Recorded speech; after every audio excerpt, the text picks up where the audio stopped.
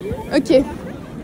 Je vais faire une expérience sociale. Aileen, je te trouve intellectuellement et émotionnellement très élevée et tu es une personne très très agréable. Fortement, je t'aime beaucoup. Venant de toi, je l'accepte parce que je sais que c'est vrai. Ok. Mais si quelqu'un dans la cour venait me voir et me disait ça, ben ça ferait pas la même chose. Parce que les gens d'habitude, genre tu sais, c'est contre-intuitif de pas avoir envie de recevoir des compliments. Parce qu'un compliment c'est de la gentillesse. Oui. Et si on te disait quelque chose de méchant, normal que tu bloques. Oui. Mais bon là t'as pas bloqué.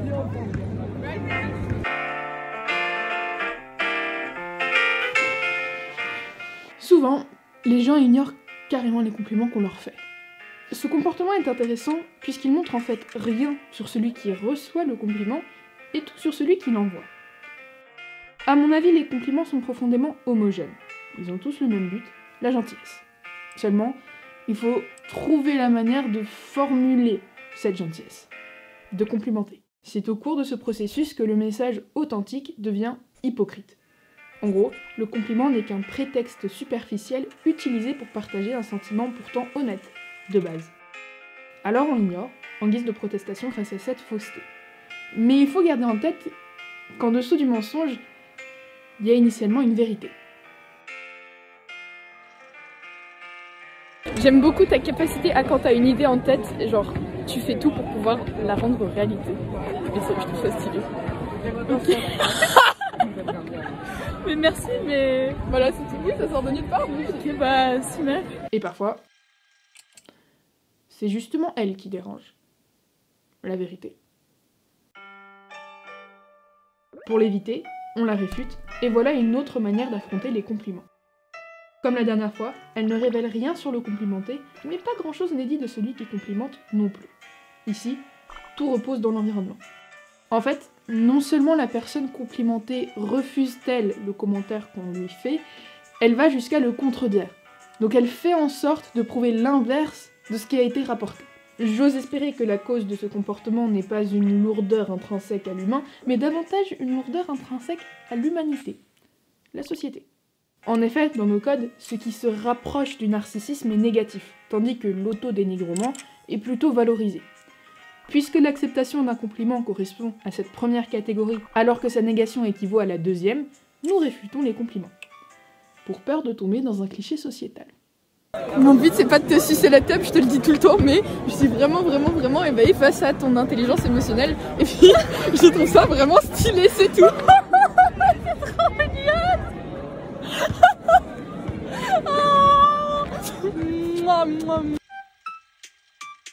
Par contre, et c'est toute la complexité de la chose, on ne veut pas non plus basculer dans l'autre extrême.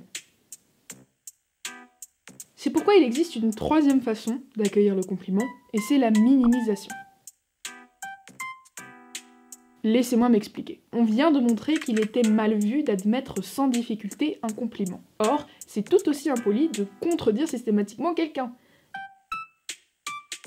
Surtout quand il essaye d'être gentil. Et justement, dans nos codes, encore une fois, c'est mal vu de refuser complètement une offre. Il y a une pression sociale qui incite au compromis. Admettons qu'un compliment est une offre. On t'offre littéralement une gentillesse. Puisque tu peux ni l'accepter, ni la rejeter entièrement, tu trouves un entre-deux démocratique, disons, qui mêle ces deux réactions.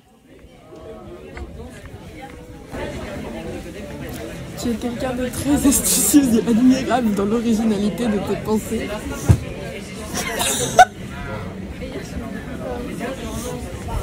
Merci. Voilà. Une autre forme de maniement du compliment, c'est le retour. Mais le problème, c'est que cette réaction implique par définition un malaise. On vient de dire qu'un compliment était une forme d'offre. Un cadeau, si vous voulez. Or, c'est socialement incorrect de rendre son cadeau à la personne qui nous l'a offert. Alors, ça semble tout aussi incorrect de rendre un compliment. Mais on le fait quand même. Et du coup, c'est gênant. Maintenant, ce qui est intéressant, c'est que cette gêne est le résultat des deux forces antagonistes que l'on vient d'explorer. L'évitement du cliché d'une part, et la pression d'accepter d'autre part, tout en étant opposés, s'unissent dans le compliment.